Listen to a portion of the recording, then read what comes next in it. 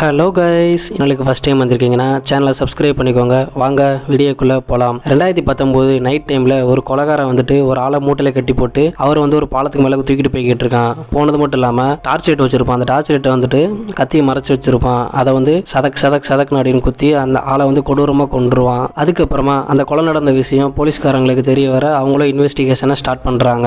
அங்கே சீனை இவளோட பேர் என்னன்னு பார்த்தீங்கன்னா மலர். இவ வந்துட்டு தனுப்பட்டி ஸ்கூலில் நடந்துகிட்டு இருக்கு. அப்பாவை பற்றி அவ்வளோ பேசிக்கிட்டு இருக்கா. என்னை நல்லா பார்த்துப்பாரு அப்படின்னு சொல்லி அந்த மலர் அப்படின்ற பொண்ணு நல்லா பேசிக்கிட்டு இருக்கு. அதுக்கப்புறமா அவளுக்கு ஃபர்ஸ்ட் பிரைஸும் கிடைச்சிருது. பார்த்தீங்கன்னா அங்கே வேலை பார்க்குற டீச்சர் ஒருத்தங்க அவங்க அப்பா என்ன எங்கே வேலை பார்க்காங்க அப்படின்னு சொல்ல அந்த அப்பா ஃபாரின்ல இருக்காரு அப்படின்னு சொல்லுது. அப்படியே ஃபிளாஷ்பேக் ஸ்டார்ட் ஆகுது.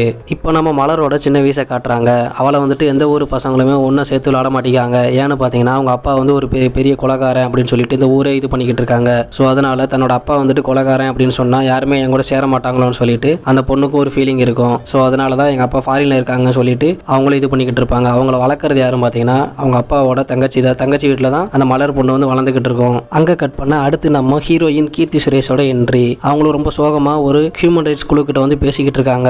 அப்போ அவங்க சொல்றாங்க விசாரணை மூலமா ஒருத்தனை அடிச்சு கொண்டுட்டீங்க அப்படின்னு சொல்லி அவங்களும் பேசிக்கிட்டு இருக்காங்க. அதுக்கு நம்ம கீர்த்தி சுரேஷும் அதெல்லாம் இல்லை, நான் அடிச்சுலாம் கொல்லல, அவன் வந்து அவனா இறந்துட்டா அப்படின்னு சொல்லி பேசிட்டு இருக்க. சரி ரிப்போர்ட் வரட்டும், என்ன ஆகுதுன்னு பார்ப்போம் சொல்லிட்டு நம்ம டிஎஸ்பியும் சொல்றாரு. ரிப்போர்ட் வருது, அதில் வந்துட்டு ஹார்ட் அட்டாக்ல தான் இறந்தான் அப்படின்னு சொல்லிட்டு ரிப்போர்ட் வந்துருக்கு. அப்புறமா கீர்த்தி சுரேஷுக்கு மறுபடியும் அந்த வேலையை கொடுக்குறாங்க. சரி நீ எங்க போஸ்டிங் போறேன்னு கேட்க நான் மறுபடியும் அதே ஸ்டேஷனே போறேன் அப்படின்னு சொல்லிட்டு அவங்க கேட்கறாங்க. சரி நான் அதே ஸ்டேஷனே தர்றேன், இந்த வட்டம் நீ பண்ணாம இருக்கணும்னு சொல்லிட்டு நம்ம டிஎஸ்பியும் அவளை வந்து திட்டிட்டு விட்டுருந்தாரு. ஜெயில காட்டுறாங்க. அங்க நம்ம ஹீரோ என்ட்ரி நம்ம ஜெயம் ரவியை காட்டுறாங்க. நான் ஜெயில இருக்கிற போலீஸ்காரர் வந்துட்டு கிட்டத்தட்ட நீ உள்ள வந்து 14 வருஷம் ஆயிருச்சு, இது வரைக்கும் நீ ஒரு லெட்டர்ல கூட யாருக்குமே எழுத மாட்டேற, அதே மாதிரி யாரையுமே நீ பார்க்க விட மாட்டேற, அதுவும் இல்லாம உன்னோட பரவலை கூட நீ வந்து வேறான்னு சொல்லிடுற, ஏன் இப்படி பண்ணிக்கிட்டு சொல்லிட்டு இந்த வட்டம் கண்டிப்பா நீ வெளியே போகணும் அப்படின்னு சொல்லிட்டு அந்த அதிகாரியை சொல்லிக்கிட்டு இருக்காரு சொல்லிட்டு நம்ம ஜெயம் ரவியும் சொல்லிக்கிட்டு இருக்காரு. ஜெயில மொத்தமா 1200 கைதிகள் இருப்பாங்க. அதுல ஒரு 200 கைதிகளை மட்டும் கூப்பிட்டுட்டு இவர் வந்து ஒரு கிளாஸ் எடுத்துக்கிட்டு இருப்பாரு. அதாவது உயிர் அப்படின்னு ஒரு கிளாஸ் எடுத்துட்டு இருப்பாரு. அதாவது நம்ம வந்து உயிரை வந்து ஈஸியா எடுத்துடலாம், ஆனா அதை வந்து மறுபடியும் நம்மளால கொண்டு முடியாது அப்படின்னு சொல்லிட்டு அங்க இருக்கிற கைதிகளுக்கு எல்லாம் சொல்லிக்கிட்டு இருப்பாரு. இதனாலே அங்க இருக்கிற கைதிகளுக்கு வந்து இவர் வந்து ரொம்ப பிடிக்கும். பார்த்தீங்கன்னா அப்பாவுக்கு உடம்பு சரியில்லை அப்படின்னு சொல்லிட்டு ஒரு லெட்டர் வருது. பரவலுக்கும் நம்ம ஜெயம் ரவி வந்து ஒத்துக்கிறாரு. அதுக்கப்புறமா இந்த விஷயம் வீட்டுக்கு தெரியுது. அவங்க வீட்டுல இருக்கிற அவங்க அம்மா எல்லாருமே இருக்கிற காடு மாடு கோழி அப்படின்னு இருக்கிற எல்லாரும் பையன் வந்து 14 வருஷத்துக்கு அப்புறம் வர்றான். அவனுக்கு வந்து இருக்கிற 14 நாளுமே அவனை வந்துட்டு ரொம்ப நல்லா பார்த்துக்கணும், டெய்லியும் நான்வெஜ்ஜாக எடுத்து போடுவேன் அப்படின்னு சொல்லி பேசிக்கிட்டு இருக்க. அப்போ தான் நம்ம மலர் வர்றா. வந்துட்டு இங்கே நடக்கிற இதெல்லாம் பார்த்துட்டு என்னாச்சு அப்படின்னு கேட்க உடனே பாட்டியும் அவங்க அப்பா வராண்டி அப்படின்னு சொல்லுது. உடனே அவர் எதுக்கு இங்கே வராரு அப்படின்னு சொல்லிட்டு மலரும் கோச்சிக்கிட்டு அவங்களோட சித்தி வீட்டுக்கு போயிருது. ஆக்சுவலாக மலருக்கு வந்துட்டு அவங்க அப்பா ஜெயிலுக்கு போனது ஒரு அம்மா வந்துட்டு அவங்க அப்பா தான் கொண்டிருப்பாரு அப்படின்னு சொல்லிட்டு அம்மாவை கொண்டவன் கண்டிப்பாக இங்கே வரக்கூடாதுன்னு சொல்லி ஒரு கோபம் இருக்கும். ஒரு வழியா போலீஸ் வண்டியில் வந்து இறங்குறாரு. இறங்குனது மட்டும் இல்லாமல் அவரோட தம்பி பசங்க எல்லாருமே ஜெயில் பெரியப்பா வராருடா அப்படின்னு சொல்லிட்டு வீட்டுக்குள்ள ஓடுறாங்க. அதுக்கப்புறம் நம்ம ஜெயம் ரவி என்ன சொல்றாரு பார்த்தீங்கன்னா எனக்கு ஒரு இடம் இருக்கு, அதை வந்து விற்கணும் அப்படின்னு சொல்லி பேசிக்கிட்டு இருக்காரு. அதுக்கு அவங்க தம்பி ஏறி வித்தரலானே அப்படின்னு சொல்லி பேசிக்கிட்டு இருக்காங்க. யாரையோ தேடிக்கிட்டே இருக்காரு. உடனே அதை புரிஞ்சுக்கிட்ட அவங்களோட அம்மா இல்லப்பா நீ வரேன்னு தெரிஞ்சுட்டு உன் பொண்ணு வந்துட்டு இங்க இருக்க மாட்டேன் அப்படின்னு சொல்லிட்டு உன் தங்கச்சி வீட்டுக்கு போயிட்டா அப்படின்னு சொல்லிட்டு அம்மாவும் சொல்லிக்கிட்டு இருக்காங்க. அது மட்டும் இல்லாம அவங்களோட தம்பி ஒய்ஃப் இருப்பாங்களா அவங்க எல்லாம் என்ன சொல்றாங்க பார்த்தீங்கன்னா இவர் வந்தது மட்டும் இல்லாம அவ பொண்ணு பேருக்கு எல்லாம் நினைச்சுக்கிட்டு இருக்காரு, நம்ம தான் இத்தனை நாளா அவங்கள பார்த்துக்கிட்டு இருக்கோம் அப்படின்னு சொல்லி அவங்க ஒய்ஃப் எல்லாம் பேசிட்டு இருக்காங்க. இதெல்லாம் குளிச்சுக்கிட்டு இருந்த அவர் வந்து கேட்டிருந்தாரு. ஜெயம் ரவியும் எதுவுமே நடக்காத மாதிரி அப்படி அங்க இருந்து கிளம்பிடுறாரு. கண்ணி அப்படின்ற ஒரு கான்ஸ்டபிள் வராரு. அவர் வர்றது மட்டும் இல்லாம நீங்க வந்து பரவல கையெழுத்து போடணும், டெய்லியும் உங்களுக்கு தெரியாத 9 மணிக்குள்ள வந்து கையெழுத்து போடணும் அப்படின்னு சொல்லி பேசிக்கிட்டு இருக்காரு. அந்த டைம் தான் நம்ம ஜெயம் ரவியோட அம்மா சொல்லுவாங்க அவங்க பொண்ணு வந்து ஸ்கூலுக்கு போறாடா, வீட்டை விட்டு வெளியே வருவா பாரு அப்படின்னு சொல்லிக்கிட்டு இருக்க. அவரும் எப்படியா பார்க்கணும்னு சொல்லி அவளா காத்துக்கிட்டு இருப்பாரு. ஆனா பார்க்க முடியாம போயிடும். உடனே நம்ம வேளாங்கண்ணி சொல்லுவாப்ல சரி ஸ்டேஷனுக்கு போலாம்னு சொல்லி பேசிட்டு இருக்க. நீங்க தான் லேட்டா வந்துட்டீங்க, நீங்க தான் என்னை கூப்பிட சீக்கிரம் வரணும் அப்படின்னு சொன்னோன்னே நம்ம வேளாங்கண்ணி சொல்லுவாப்பாரு இதெல்லாம் போயிட்டு அந்த அம்மாட்ட சொல்லிக்கிட்டு இருக்காதப்பா, நானே டிராஃபிக்ல மாட்டிக்கிட்டேன் அப்படின்னு சொல்லிட்டு ஏதாவது சொல்லிடு அப்படின்னு சொல்லிட்டு இருப்பாரு. சரி நான் வந்திருக்கேன் போய் சாப்பிட்டு வந்துருந்தேன் அப்படின்னு சொல்லிட்டு நம்ம ஜெயம் ரவி சொல்லிக்கிட்டு இருப்பாரு. சாப்பிட்டுருக்கீங்க ஆனா நல்லில ரசம் வச்சு சாப்பிட்டுருக்கீங்களா அப்படின்னு கேட்க வேளாங்கண்ணியும் இல்லையப்பா அப்படின்னு சொல்றாங்க. உடனே கூட்டு போய் அவங்க வீட்டுல சாப்பாடு சாப்பிட்டு விட்டுருந்தாங்க. அவரும் இதாண்டா சான்ஸ்ன்னு சொல்லிட்டு சாப்பாடை வளைச்சு மாட்டிருந்தாரு. அங்க சீனை கட் பண்ண அடுத்தது நேரா போலீஸ் ஸ்டேஷன்ல காட்டுறாங்க. அங்க போனது மட்டும் இல்லாம சைன் போர்ட வராங்க. அங்க யாரு நம்ம போலீஸ் இன்ஸ்பெக்டரா இருப்பாங்க பார்த்தீங்கன்னா நம்ம கீர்த்தி சுரேஷ் இருப்பாங்க. அவங்க என்ன சொல்லுவாங்க பார்த்தீங்கன்னா 9 மணிக்கு ஒரு நிமிஷம் லேட்டாக வந்தாலுமே பரவாயில்ல வந்து நான் கேன்சல் பண்ணி விட்டுருவேன் அப்படின்னு சொல்லி பேசிக்கிட்டு இருக்க. சரிம்மா இனிமேல் 9 மணிக்குள்ளேயே வந்து டெய்லி கையெழுத்து போட்டுருந்தேன் அப்படின்னு சொல்லிட்டு நம்ம ஜெயம் ரவியும் சொல்லியிருந்தாரு. இங்கே கட் பண்ண மாணிக்கம் அப்படின்ற ஒரு அரசியல்வாதியை காட்டுறாங்க. சொல்றாரு பார்த்தீங்கன்னா தனக்கு அரசியல் வாரிசு யாரும் பார்த்தீங்கன்னா தன்னோட பையன் அப்படின்னு சொல்லியிருந்தாரு. ஆனா இது வந்து அவர் கூட இருக்கிற அன்பு அப்படின்றவருக்கு வந்து பிடிக்கல. எப்படியாச்சும் நம்ம மாணிக்கத்தை கொண்டாகணும்னு சொல்லிட்டு நம்ம அன்பும் திட்டம் போட்டுக்கிட்டு இருக்காரு. அன்பும் தன்னோட அடியாள்கிட்ட போன் பண்ணி எப்படியாச்சும் அவனை நீ கொண்டுடா நீ அப்படின்னு சொல்லி பேசிட்டு இருக்காரு. சரிண்ணா நீ கவலைப்படாத, எப்படியாச்சும் எப்படியாச்சும் நான் வேலையை முடிச்சுட்டு உன்ட்ட சொல்றேன் அப்படின்னு சொல்லிட்டு அந்த ஆளும் சொல்லிக்கிட்டு இருக்காரு. இந்த வேலையை மட்டும் நீ கரெக்டா முடிச்சனா உனக்கு கிட்டத்தட்ட 50 லட்ச ரூபா நான் தரேன்டா சொல்லிட்டு நம்ம அன்பும் சொல்லிக்கிட்டு இருக்காரு. சரி நான் சரியான நேரம் வரட்டும், கண்டிப்பா அவனை நான் போட்டு தள்ளிடுவேன்னு சொல்லிட்டு சொல்லியிருந்தாரு அந்த ஆளு. எப்படியாச்சும் நம்ம பொண்ணை பார்க்கணும்டா அப்படின்னு சொல்லிட்டு நம்ம ஜெயம் ரவி இயங்கிக்கிட்டு இருக்காரு. அப்பதான் ஸ்கூல் வேன் வராம போகுது. சரி இந்த வட்டம் பொண்ணு நடந்து போவாடா, நீ கூட போய் பார்க்கலாம்டான்னு சொல்லிட்டு அவங்க அம்மா சொல்ல அவரும் போய்கிட்டு இருப்பாரு. ஒரு டீ கடையில மழை வந்துடும் அந்த டயத்துல. உடனே டீ கடையில ஒளிச்சு அவங்க பொண்ணை பார்த்துக்கிட்டு இருப்பாரு. அந்த டயத்துல என்ன பார்த்தீங்கன்னா அங்க வந்த ரவுடி பசங்க எல்லாரும் அவளை கிண்டல் பண்ணிக்கிட்டு இருப்பாங்க. உடனே அவன் ஃப்ரெண்டு சொல்லுவா வாடி போயிடலாம்னு சொல்லிக்கலாம். மலர் என்ன சொல்லுவான் பார்த்தீங்கன்னா கண்டிப்பா அவனை தட்டி கேட்டிருப்பாருன்னு சொல்லிக்கிட்டு இருக்க. உடனே அவளும் அங்க இருந்து போயிருவா. உடனே ஜெயம் ரவியும் அங்க இருக்கிற பசங்களெல்லாம் அடிச்சுட்டு ஒருக்கிடுவாரு. அடுத்த நாள் போலீஸ் ஸ்டேஷன்ல சைன் போடுறதுக்காண்டி நம்ம ஜெயம் ரவி போறாரு. போனதும் அடிச்சாரு பாத்தீங்களா ஒரு பசங்க, அவங்க ஆல்ரெடி ஜெயில இருப்பாங்க. அவங்க என்ன சொல்லுவாங்க பார்த்தீங்கன்னா இவங்க தான் சார் நேற்று அடிச்சாரு அப்படின்னு சொல்லி பேசிட்டு இருக்க. உடனே போலீஸ்காரு ஏண்டா நீ 14 நாள் பரவாயில்ல வந்திருக்க, நீ மறுபடியும் இந்த மாதிரி தப்பு பண்ணிட்டு மறுபடியும் உள்ள போறியான்னு சொல்லி பேசிக்கிட்டு இருக்க. அதுக்கப்புறம் வந்து அந்த போலீஸ்கார்ட்ட சொல்றாரு நம்ம ஜெயம் ரவி. உடனே அந்த போலீஸ்காரு ஏண்டா சாதா கேஸ் பார்த்தீங்கன்னா நீங்க பொண்ணுங்களை இது பண்ணிக்கிட்டு இருக்கீங்களா அப்படின்னு சொல்லிட்டு பசங்களை 2 அடி அடிச்சுட்டு மறு ஜெயில தூக்கி போட்டுருந்தாரு. சரி இந்த நியூஸ் மட்டும் அந்த அம்மாவுக்கு தெரிஞ்சுன்னா பரவாயில்ல கேன்சல் பண்ணிடுவாங்கன்னு சொல்லிட்டு அந்த போலீஸும் சொல்ல ஒரு வழியா அன்னைக்கு சைனை போட்டு நம்ம ஜெயம் ரவியும் கிளம்பிடுறாரு. நம்ம வேளாங்கண்ணியும் ஜெயம் ரவியும் கொஞ்சம் ஃப்ரெண்ட்ஸ் ஆயிட்டாங்க. ஸோ அதனால பேசிக்கிட்டே போய்கிட்டு இருக்கும்போது சரக்கு அடிக்கலாமா அப்படின்னு கேட்க போலீஸ் மட்டும் நான் சரக்கு அடிக்க மாட்டேன் அப்படின்னு சொல்லிட்டு நம்ம ஜெயம் ரவி சொல்றாரு. சரியா போலாம் ஏன் சொல்ல மணி 10 ஆச்சுன்னு சொன்னோன்னே நேராக ஒரு ஒயின் ஷாப்புக்கு போறாங்க. அங்க இருக்கிற ஷட்டரை திறந்து சரக்கு வாங்கிக்கிட்டு இருக்காங்க. அப்பதான் நம்ம மாணிக்கமும் அன்பும் வர்றாங்க. எப்பவுமே அன்பு வந்து மாணிக்கத்து கூட சேர்ந்து தான் சரக்கு அடிப்பாரு அந்த ஒயின் ஷாப்ல. அன்னைக்கு மட்டும் இல்லை நான் வீட்டுக்கு போறேன் எனக்கு வேற வேலை இருக்குன்னு சொல்லிட்டு நம்ம அன்பு எஸ்கேப் ஆயிடுவாரு. இப்போ அந்த ஒயின் ஷாப்ல நம்ம மாணிக்கமும் உட்காந்து சரக்கு அடிச்சுக்கிட்டு இருக்காரு. அதுக்கப்புறம் அன்புவோட தேட்டர்ல வந்துட்டு சரக்கு வேணும்னு சொல்லிட்டு அந்த கடையில இருக்கிற பையனும் சரக்கு எடுத்துட்டு கொண்டு போயிருந்தான். இப்போ வந்து ஒயின் ஷாப்ல யாருமே இல்லை. இந்த டயத்துல நோட்டம் விட்ட நம்ம அன்போட அடியாளுங்க அவர் வந்து கொன்றுதாங்க. அடுத்த நாள் போலீஸ் வராங்க. எப்படிடா கொலை பண்ணியிருப்பாங்கன்னு சொல்லிட்டு விசாரணை நடத்திக்கிட்டு இருக்காங்க. அப்போ நம்ம டிஎஸ்பி வராரு. வந்தது மட்டும் இல்லாம நீ தானே இவனை கொன்னன்னு சொல்லி பேசிட்டு இருக்க, நான் ஏன் சார் காரணம் இல்லாம கொல்ல போறேன் அப்படின்னு சொல்லி பேசிட்டு இருக்க. அப்படி பிளாஷ்பேக் காட்டுறாங்க. அதாவது நம்ம ஜெயில ஒருத்தர் வந்து நம்ம கீர்த்தி சுரேஷ் கொண்டிருப்பாங்கன்னு சொல்லுவாங்கல்ல, அவர் யாரும் பார்த்தீங்கன்னா மாணிக்கம் அவர் கட்சியோட ஒரு தொண்டர் சொல்லலாம். ஸோ என்னோட கட்சிக்காரனை கொண்டுட்டான் அப்படின்னு சொல்லிட்டு நீ வந்து மாணிக்கத்தையும் கொண்டுட்ட அப்படின்னு சொல்லிட்டு நம்ம டிஎஸ்பியும் சொல்லிக்கிட்டு இருப்பாரு. அதுக்கு நான் ஏன் சார் அவளை கொல்ல போறேன், நீ மட்டும் கொன்னதா இருக்கட்டும் நான் அதுக்கப்புறம் பாத்துக்கிறேன்னு சொல்லிட்டு நம்ம டிஎஸ்பியும் சொல்லிட்டு போயிருந்தாரு. அது மட்டும் இல்லாம நம்ம டிஎஸ்பியும் யாரும் பார்த்தீங்கன்னா அவரும் வந்து இல்லை, அதாவது அவங்களோட ஜாதிக்காரரு. ஸோ அதனால இந்த கேஸை கண்டிப்பா சீக்கிரம் முடிச்சாகணும்னு சொல்லிட்டு அவர்கிட்ட சொல்லிட்டு போயிருந்தாரு. அந்த ஒயின் ஷாப்ல வேலை பார்த்த பையன்ட்டு விசாரணை பண்ணிக்கிட்டு இருக்காங்க நம்ம கீர்த்தி சுரேஷ். நடந்தது என்னன்னு கேட்டுக்க நான் வரப்பெல்லாம் கரண்ட் இருந்துச்சு மேடம், இந்த இடத்துல மட்டும் தான் கரண்ட் இல்லை அப்படின்னு சொல்லி பேசிட்டோம். அங்க இருக்கிற கரண்ட் பில் அந்த லிவர்ல வந்துட்டு இருக்கிற கைரேகையை வந்துட்டு கலெக்ட் பண்ணிட்டு போயிருந்தாங்க. அங்க சீனை கட் பண்ண அடுத்த சீனை நம்ம டிஎஸ்பி வந்துட்டு நம்ம அன்பு கூட உட்காந்து சரக்கு அடிச்சுக்கிட்டு இருக்காரு. அப்பதான் எப்பவுமே நீ அவர் கூட தானே போவேன், இப்போ மட்டும் ஏன் போகலன்னு சொல்லி பேசிக்காரு. அப்பதான் நம்ம வேளாங்கண்ணி வந்து கால் பண்றாரு அன்புக்கு. அண்ணா நீங்க ஒன்றும் கவலைப்படாதீங்கண்ணே, அண்ணனை குத்தின கத்தி வந்து நம்ம ஸ்டேஷன்ல கிடைச்சிருந்தா கொண்டது யாருன்னு கண்டுபிடிச்சிடலாம் சொல்லி பேசிக்கிட்டு இருக்காரு. அன்பும் அவனோட அடியாளை கூப்பிட்டு ஏன்டா உன்னை யாருக்குமே தெரியாம என்ன பண்ண சொன்னேன் அப்படின்னு சொல்லி பேசிக்கிட்டு இருக்க. ஒரு கட்டத்தில் அவனுக்கு அந்த 50 லட்ச ரூபா பைசாவும் கொடுத்துட்டு சரி நீ என்ன பண்ணுவேன்னு தெரியாது, இந்த பைசா வச்சு என்ன நாள் பண்ணிக்கோ, நாளைக்கு காலையில கோர்ட்ல வந்து நீ போய் சரண்டர் ஆயிடணும், நான் தான் கொலை பண்ணேன்னு சொல்லிட்டு அதை நான் காலையில் எந்திரிச்சிட்டு நியூஸ்ல பார்ப்பேன் அப்படின்னு சொல்லிக்கிட்டு நம்ம அன்பும் சொல்லிக்கிட்டு இருக்காரு. அந்த பணத்தை வாங்கிட்டு அவனும் போயிருந்தான். இப்போ மாணிக்கத்தை போஸ்ட்மார்ட்டம் பண்ண டாக்டர் வந்துட்டு நம்ம கீர்த்தி சுரேஷ்ட பேசிக்கிட்டு இருக்காங்க. இந்த கொலை வந்து இப்போ வந்து நடக்கல, இதுக்கு முன்னாடி 90s நடந்திருக்கு. மாதிரியே கிட்டத்தட்ட 8 கொலை நடந்திருக்கு. என்ன பண்ணியிருப்பாங்க பார்த்தீங்கன்னா ஒரு இரும்பு தகடு அந்த மாதிரி தரையில ரோசி அவங்களோட காது ரத்த வர வச்சு கொல்லுவாங்க. அந்த மாதிரி கொலை தான் நடந்திருக்கு அப்படின்னு சொல்லிட்டு நம்ம கீர்த்தி சுரேஷ்ட பேசிக்கிட்டு இருக்காங்க. அதே மாதிரி கொலை இன்னொரு டைம் நடக்கும்போது கரெக்டாக அவர் வந்துட்டு கத்தியால அந்த கில்லரை வந்து கொன்னாரு. அவன் கைரேகை வச்சுட்டு அவனை நம்ம கண்டுபிடிச்சு அவனை ஜெயிலில் போட்டோம். அவனோட பேர் வந்து டேவிட், இப்போ வந்து ஜெயிலில் இருக்கான் அப்படின்னு சொல்லிட்டு நம்ம கீர்த்தி சுரேஷ்ட சொல்லியிருந்தாரு. ஒரு வழியா டேவிட்டோட அட்ரஸ் எல்லாம் கண்டுபிடிச்சு அவன் தேடி போய்கிட்டு இருக்காங்க. போற வழியில என்ன ஆகுதுன்னு பார்த்தீங்கன்னா ஒரு போலீஸ்கார்ட்ட கால் பண்ணி டேவிட் என்னன்னு சொல்லி பேசிட்டு இருக்கும்போது அவர் இறந்து போயிட்டான்னு சொல்லி பேசிட்டு இருக்காங்க. என்னடா எந்த பக்கம் போனாலுமே முட்டுக்கட்டையா இருக்குன்னு சொல்லி பேசிக்கிட்டு அப்பதான் நம்ம பார்ல வேலை செஞ்ச பையனை கூட்டு பேசிக்கிட்டு இருக்காங்க. அவன் கையில இருக்கிற வாட்சை நோட் பண்றாங்க. அது வந்து நம்ம கீர்த்தி சுரேஷோட வாட்ச். அது எப்படி உங்க கைக்கு கிடைச்சுன்னு சொல்லி பேசிக்கிட்டு அந்த வேலை பார்க்குற பையனும் ஒரு போலீஸ்காரரும் அவர் கூட ஒரு ஃப்ரெண்டு வந்திருந்தாங்க அப்படின்னு சொல்லிட்டு நம்ம கீர்த்தி சுரேஷ்ட சொல்ல சரி யாரு அடையாளம் கட்டு சொல்லிட்டு அவனை ஸ்டேஷன் கூட்டு போயிருந்தாங்க. நம்ம ஜெயம் ரவி வந்துட்டு வேளாங்கண்ணிட்ட என்னோட இடத்த எப்படியாச்சும் வித்து கொடு, நான் உனக்கு கமிஷன் தரேன்னு சொல்லிட்டு பேசிக்கிட்டு இருப்பாங்க. அவரும் ஒரு வழி அன்புட்ட பேசி அண்ணே ஒரு இடம் நம்மளுக்கு இருக்கு அதை வித்து கொடுங்கன்னு சொல்லி பேசிட்டு இருக்க. அன்பும் சரி நம்ம வீட்டுக்கு கூட்டு வாடான்னு சொல்லி பேசியிருந்தாரு. அதுக்கடுத்த நாள் நம்ம ஜெயம் ரவியை கூட்டிட்டு அவர் வீட்டுக்கு போறாரு. இப்போ வேளாங்கண்ணி வந்துட்டு பைக்ல வந்துட்டு இருக்கு போய் 8 வந்துடுறா மறந்து வச்சுட்டு வந்துட்டேன்னு சொல்லி பேசிக்கிட்டு இருக்க. அவரும் போயிருந்தாரு. இப்போ போனது மட்டும் இல்லாம அன்புவை பார்த்துட்டு பேசிக்கிட்டு இருக்க. அன்புக்கு வந்து ஞாபகம் வந்துருது, நீ வந்து அந்த பழைய ஆம்புலன்ஸ் டிரைவர் தாடா அப்படின்னு சொல்லிட்டு அந்த பிளாஷ்பேக் வந்து ஞாபகம் வருது. உடனே 2 பேர் சண்டை போடுறாங்க. ஒரு கட்டத்தில் வந்துட்டு நம்ம அன்பு வந்துட்டு அடிச்சிருந்தாரு. அவருக்கு வந்துட்டு ஆஸ்துமா இருக்கு. உடனே ஒரு இன்ஹீலர் கொடுக்காரு. அதை வந்து அவர் உபயோகிச்சுட்டு அதில் வந்து விஷம் இருக்குது. உடனே அவரும் சம்பவ இடத்துல இறந்துருந்தாரு. நம்ம கீர்த்தி ஒரு யோசனை வருது, அன்பு தான் எப்பவுமே அவர் கூட தான் இருப்பான், அன்னைக்கே சரக்கு அடிக்க போகலான்னு சொல்லிட்டு உடனே சரி அவன் மேலே டவுட் பண்ணிக்கிட்டு விசாரிக்க போகலான்னு சொல்லிட்டு வீட்டுக்கு போக அந்த டயத்தில் வந்துட்டு நம்ம அன்பும் இறந்து கிடக்காரு. குழு கூட கிடைக்க மாட்டேங்க அப்படின்னு சொல்லிட்டு இப்போ யோசித்துக்கிட்டு இருக்க. இருக்க அந்த டயத்தில் தான் ஒரு அம்மா வந்துட்டு போலீஸ் ஸ்டேஷனில் நான் இப்படி கீர்த்தி சுரேஷை பார்க்கணும்னு சொல்லி பேசிக்கிட்டு இருக்காங்க. அவங்களும் ஒரு வழியாக வந்து பார்த்துட்டு என்னம்மா ஆச்சுன்னு கேட்க, என்னோட பையன் வந்து 2 நாளாக தொலைஞ்சிட்டான், அவனை காணும்னு சொல்லி பேசிக்கிட்டு இருக்காங்க.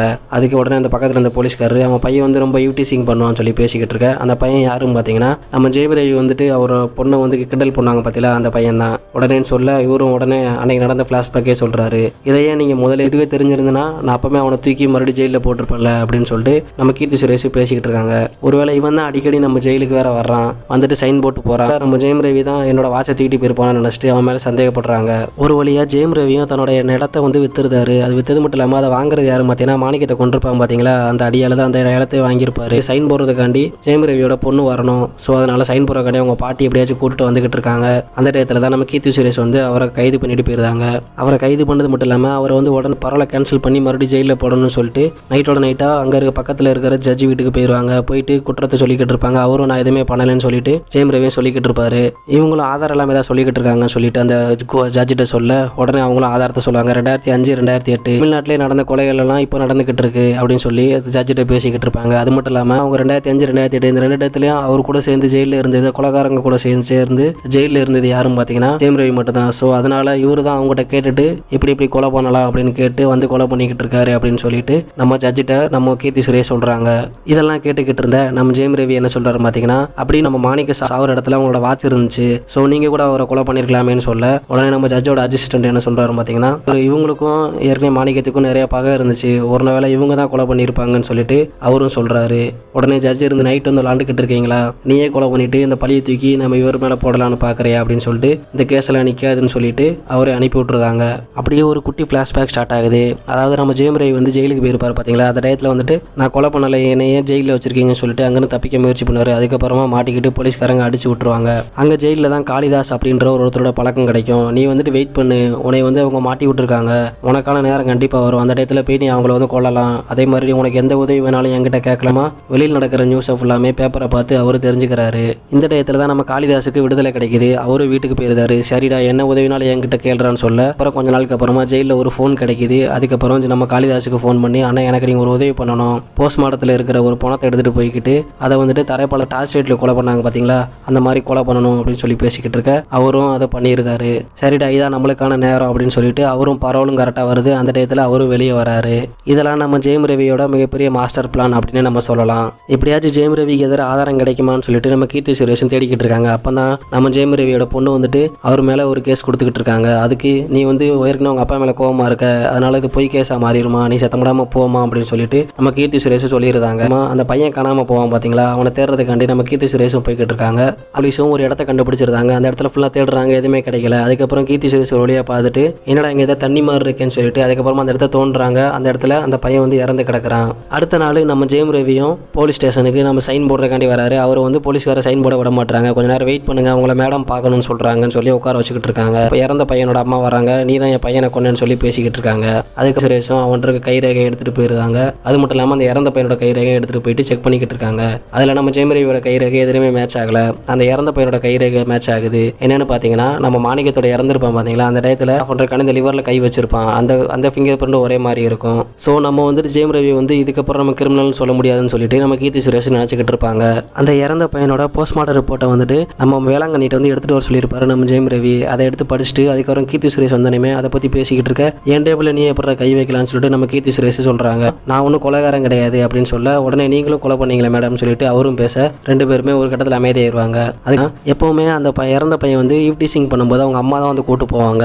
ஆனால் அந்த டயத்தில் வந்துட்டு நம்ம மணிகண்டன் அப்படின்ற ஒருத்தர் வந்து கூட்டு போயிருப்பாரு. அதனால இந்த வட்டம் கண்டிப்பாக மணிகண்டன் யாருன்றதை கண்டுபிடிங்க மேடம் அப்படின்னு சொல்லிட்டு நம்ம ஜெயம் ரவியும் சொல்லிட்டு போயிடுவாரு. இவங்களும் ஒரு வழியாக அவனை கண்டுபிடிச்சு அடிச்சுக்கிட்டு இருப்பாங்க. அவரும் ஒரு கட்டத்தில் உண்மையை சொல்லிடுவாரு, நான் தான்மா மணிகண்டனை கொன்னேன் அப்படின்னு சொல்லிடுவாரு. இதை கொண்டு உன்னை யாரா கொன்ன சொல்லுது அப்படின்னு கேட்கறதுக்கு அன்பு தான் கொல்ல சொன்னாரு, கொன்னா 50 லட்ச ரூபா தரேன்னு சொல்லி சொன்னாரு அப்படின்னு சொல்லிட்டு நம்ம மணிகண்டன் உண்மையை சொல்லியிருந்தான். அது மட்டும் இல்லாமல் நானும் அந்த ஐப்டீசிங் பண்ண பையனும் தான் போயிருந்தோம். போனது மட்டும் இல்லாமல் அவன் வந்து 5 லட்ச ரூபா கொடுத்து அவனை போகலான்னு சொல்லி அனுப்பிச்சு விட்டுருட்டேன். அதுக்கப்புறமா அந்த பையன் என்னை ஒரு நாள் கூப்பிட்டது மட்டும் இல்லாமல் பேசிக்கிட்டு இருந்தான், எனக்கு வந்து 25 லட்ச ரூபா வேணும், 50 லட்ச ரூபா பாதி பைசா எனக்கு வேணும்னு சொல்லி பேசிக்கிட்டு இருக்க. அதுக்கு நான் உனக்கு தர முடியாதா, எல்லா வேலையும் நான் தாண்டா பார்த்தேன்னு சொல்லிட்டு நான் பேசிக்கிட்டு இருந்தேன். அதுக்கு அந்த பையன் சொன்னான், அவர் நீ வரதுக்கு முன்னாடி அவர் ஆல்ரெடி இறந்து தான் கிடந்தாரு, நீ செத்த பணத்தை குத்திட்டு நீ மட்டும் 50 லட்ச ரூபா அடிச்சிட்டியான்னு சொல்லி பேசிக்கிட்டு இருக்க. ஒரு கட்டத்தில் எனக்கு கோவம் வந்துருச்சு. உடனே அவனை அடிச்சு போட்டது மட்டும் இல்லாமல் அந்த இடத்துல புதைச்சிட்டேன் அப்படின்னு சொல்லிட்டு உண்மையை ஃபுல்லாக சொல்லியிருந்தான் நம்ம மணிகண்டன். காதல மூக்குல ரத்த விட உட்கார வச்சு கொள்கிற அளவுக்கு கைதி யார் இருக்கா அப்படின்னு பார்க்கும்போது ஒரு கைதி வந்து நம்ம ஜெயிலில் இருப்பான். அது மட்டும் இல்லாமல் டிஎஸ்பியும் இந்த கேஸில் நீ தலையிடாதன்னு சொல்லிட்டு போயிடுவார். கீர்த்தி சுரேஷ் இதெல்லாம் எனக்கு செட் ஆகாது, நான் போய் பார்க்க போகிறேன்னு சொல்லிட்டு யார் பர்மிஷன் இல்லாமல் ஜெயிலுக்கு போயிருந்தாங்க. போனது மட்டும் இல்லாமல் நான் இதை கைதிட்ட பேசணும்னு சொல்ல அதுக்கு நம்ம வாடனோ இல்லை பேச முடியாதுன்னு சொல்லிக்கிட்டு இருக்காங்க, சம்மதிச்சிருந்தாங்க. அந்த கைதிகளுக்கு இருக்கிற 3 பேருக்கும் இதுக்கு யாருக்குமே வாய் பேச முடியாது, காதும் கேட்காது. அவங்களுக்கு வந்து சைகை மூலமாக தான் பேசிருக்க. ஒரு கட்டத்தில் அதாவது ஜெயம் ரவி தான் இந்த கொலையெல்லாம் பண்ணுறான் அப்படின்னு சொல்லி பேசிக்கிட்டு இருக்க. அவர் வந்து ரொம்ப நல்லவர், இதெல்லாம் பண்ண மாட்டார், எங்களே ஏன்டா கொலை பண்ணோம் அப்படின்னு சொல்லிட்டு எங்களே மனசை மாற்றிக்கிட்டு இருப்பாரு, அவர் போய் அந்த மாதிரிலாம் பண்ண மாட்டார் சொல்லிட்டு பேசிக்கிட்டு இருக்காங்க அந்த கைதிகள் எல்லாருமே. இல்லை நீங்கள் பண்ண ஸ்டைலில் தான் இப்போ வந்து அவன் வெளியே வந்து எல்லாத்தையும் கொலை பண்ணிக்கிட்டு சொல்லிக்கிட்டு இருக்காங்க. அதுக்கப்புறமா ஃப்ளாஷ்பேக் ஸ்டார்ட் ஆகுது.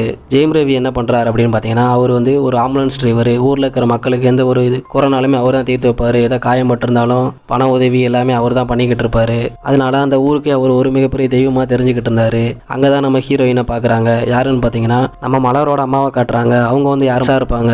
இவரும் கொஞ்ச நாளாக பேஷண்ட்லாம் கூட்டு வர அவங்களும் இதே மாதிரி காது வாயில பேச முடியாது. ஸோ இதனால அவங்களுக்கு மேலே இவருக்கு ஒரு ஈர்ப்பு இருக்கும். ஸோ கொஞ்ச நாள் போக 2 பேரும் லவ் பண்ணுவாங்க. அதுக்கப்புறம் கல்யாணம் பண்ணுவாங்க. அதுக்கப்புறம் இவங்களுக்கு மலர் அப்படின்ற ஒரு பொண்ணும் பிறந்துடும். இப்படின்னே இவங்க வாழ்க்கை ரொம்ப நல்லா போய்கிட்டு இருக்கும். இப்போ கதிர் அப்படின்றவனை வெட்டுறதுக்காண்டி அங்கே இருக்கிற அன்போட ஆளுங்க விரட்டி வந்துகிட்டு இருக்காங்க. அந்த டயத்தில் நம்ம கதிர் என்ன பண்ணுறாரு பார்த்தீங்கன்னா, நம்ம ஜெயம் ரவிக்கு ஃபோன் அடிச்சு, ஆனால் என்னை காப்பாற்றுங்கண்ணே, என்னை கொல்ல வராங்கண்ணே அப்படின்னு சொல்லி பேசிட்டு இருக்க. அவரும் வந்துட்டு ஒரு வழியாக அன்போலாம் அடிச்சு போட்டு அவரை காப்பாற்றி நம்ம ஹாஸ்பிட்டலில் சேர்த்துருத்தாரு. போலீஸில் கேஸ் கொடுக்குறாங்க. என்னன்னு பார்த்தீங்கன்னா, நம்ம டிஎஸ்பி இருப்பார்ல, அப்போ வந்து அவர் வந்து இன்ஸ்பெக்டராக இருப்பார். அந்த டயத்தில் அவர் நம்ம மாணிக்கம் அன்பு எல்லாரும் சேர்ந்து, அதாவது நம்ம கதிர் அப்படின்றவர் வந்துட்டு நம்ம இன்ஸ்பெக்டரோட தங்கச்சியை லவ் பண்ணுவார். அதுக்கு உடனே அவர் வந்துட்டு என்னோட ஜாதியில இருக்க பொண்ணை நீ லவ் பண்ணுறியாடா, அதுவும் இல்லாமல் என் தங்கச்சியே நீ லவ் பண்ணுறியாடா அப்படின்னு சொல்லி பேசிக்கிட்டு இருக்க. ஒரு கட்டத்தில் அவர் அடிச்சுக்கிட்டு இருப்பார். உடனே கொலை பண்ணுறதுக்கான முயற்சி பண்ணால் நம்ம கதிர் அங்கேருந்து தப்பிச்சு வந்துடுவார். இதை ஃபுல்லாமே நம்ம போலீஸ்ட்டை வாக்கு மூலமாக கொடுத்துருவாரு. உடனே கேஸ் எடுங்கன்னு சொல்ல, இதெல்லாம் கேஸ் எடுக்க வேணாம்பா, பேசி முடிச்சிடலாம்னு சொல்லிட்டு அந்த போலீஸ்காரன்னு சொல்ல, ஜெயம் ரவியும் அதெல்லாம் இல்லை, கண்டிப்பாக கேஸ் எடுக்கணும் அப்படின்னு சொல்லிட்டு அங்கேருந்து போயிருந்தாரு.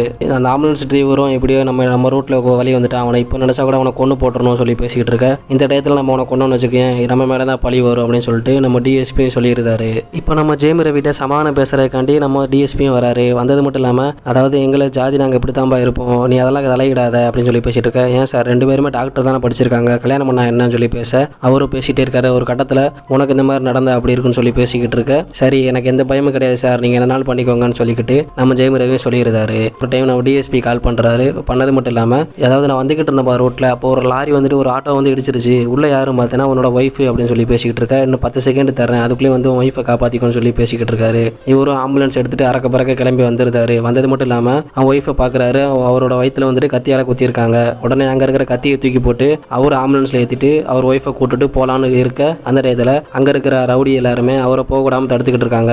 அவங்கள ஒரு வழியாக சமாளித்து ஒரு வழியாக நம்ம ஹாஸ்பிட்டலுக்கு போயிருந்தாரு. போனது மட்டும் இல்லாமல் கொஞ்ச நேரத்தில் அவங்க ஒய்ஃப் இறந்துட்டாங்க அப்படின்னு சொல்லியிருந்தாங்க. உடனே அவருக்கு மனசே உடஞ்சிருது. வீட்டுக்கு கொண்டு வராங்க. பாடியை கொண்டு வந்துட்டு அடக்கம்லாம் பண்ணி முடிச்சுட்டு வீட்டில் அழுதுகிட்டு உட்காந்துக்கிட்டு இருக்கும்போது போலீஸ்காரங்க வர்றாங்க. வந்தது மட்டும் இல்லாமல் அவரை ஜெயிலுக்கு இழுத்துட்டு போயிருந்தாங்க. என்னென்னு சொல்லி அவங்க வீட்டில் இருக்கவங்களாம் கேட்க ஒன்றுமே சொல்லாமல் கோர்ட்டுக்கு கூட்டு போயிருந்தாங்க. அதெல்லாம் சொல்லி பேசிக்கிட்டு இருக்க. கத்தியில் வந்து உன்னோட கைரேகை இருக்கு, ஸோ நீ தான் உன்னோட ஒய்ஃபை கொண்டிருக்க அப்படின்னு சொல்லிட்டு அங்கே இருக்கிற கோர்ட்டில் ஜட்ஜும் அவங்களுக்கு தீர்ப்பு கொடுத்துருந்தாங்க. இதை ஃபுல்லாமே அந்த கைதிகள் ஃபுல்லாக நம்ம கீர்த்தி சுரேஷ்ட சொல்கிறாங்க. கீர்த்தி சுரேஷும் ஒரு வழியாக அங்கே இருக்கிற கைதிகள்கிட்ட எல்லாம் பேசிட்டு அங்கேருந்து கிளம்பிடுறாங்க. யோசித்து பார்த்துக்கிட்டு இருக்க. அப்போ இன்ஸ்பெக்டராக இருந்தது இப்போ யாரும் பார்த்தீங்கன்னா நம்ம டிஎஸ்பி. ஸோ அவரை அலர்ட் பண்ணலாம் சொல்லிட்டு பேசிக்கிட்டு இருக்காங்க. அது மட்டும் இல்லாமல் அவங்ககிட்ட அந்த விஷயத்தையும் சொல்கிறாங்க. சரி, என்ன நடந்தாலும் பரவாயில்ல, நான் பார்த்துக்கிறேன் அப்படின்னு சொல்லிக்கிட்டு அந்த டிஎஸ்பியும் சொல்லியிருந்தாரு. ரவியோட ஊரில் வந்துட்டு திருவிழா வருது. ஸோ அதனால அது மட்டும் இல்லாமல் நீ வந்து எங்கேயுமே போகக்கூடாது, வீட்டுக்குள்ளே தான் இருக்குன்னு சொல்லியிருந்தாங்க. அவர் வீட்டு சுற்றியுமே போலீஸ்காரங்க காவலுக்கு போட்டுருந்தாங்க. அவன் எங்கேயுமே போகக்கூடாது, வீட்டுக்குள்ளே இருக்குன்னு சொல்லிட்டு நம்ம கீர்த்தி சுரேஷ் சொல்லியிருந்தாங்க. அந்த டயத்தில் வந்த நம்ம டிஎஸ்பி வந்துட்டு அவனால் என்னை ஒன்றும் பண்ண முடியாது அப்படின்னு சொல்லிக்கிட்டு இருக்க. நீங்கள் வந்து நம்ம இன்ஸ்ட்ரக்ஷன் கொடுப்பாங்களே, அதுபடியே நடந்துக்கோங்க, எங்கெங்கே போகணுமோ அங்கெல்லாம் போயிருங்க அப்படின்னு சொல்லிக்கிட்டு நம்ம டிஎஸ்பியும் அவங்களுக்கு உத்தரவு போட்டுட்டு போயிருந்தாரு. இப்போ டிஎஸ்பி என்ன பண்ணுறாரு பார்த்தீங்கன்னா, அவங்க வீட்டில் காவலுக்கு இருக்கிற ஒரு அதிகாரிகிட்ட ஃபோன் அடிச்சு, நீ எத்தனை நாளையா நீ எஸ்ஐயா இருப்ப, இன்ஸ்பெக்டராக மாறணும்ல அப்படின்னு சொல்லி பேசிக்கிட்டு இருக்க. சரி, நீ அவனை வந்து போட்டு தள்ளிடு, உன்னை வந்து நான் ப்ரமோஷன் பண்ணிடுறேன் அப்படின்னு சொல்லிடுவாரு. உடனே அங்கே வீட்டில் இருக்கிற போலீஸ்காரங்களை ஃபுல்லாக சரி கோயிலுக்கு போங்க, காவலுக்கு போங்கன்னு சொல்லி அனுப்பிச்சு விட்டுருந்தாரு. அவரே தேடிக்கிட்டு இருப்பாரு. அந்த டயத்தில் தான் நம்ம ஜெயம் ரவியும் வீட்டில் இருக்கிற குட்டி பசங்களோட சேர்ந்துட்டு கண்ணாமூச்சி விளாண்டுக்கிட்டு இருப்பாரு. அந்த பசங்களும் அவரை காணம் சொல்லி தேடிக்கிட்டு இருப்பாங்க.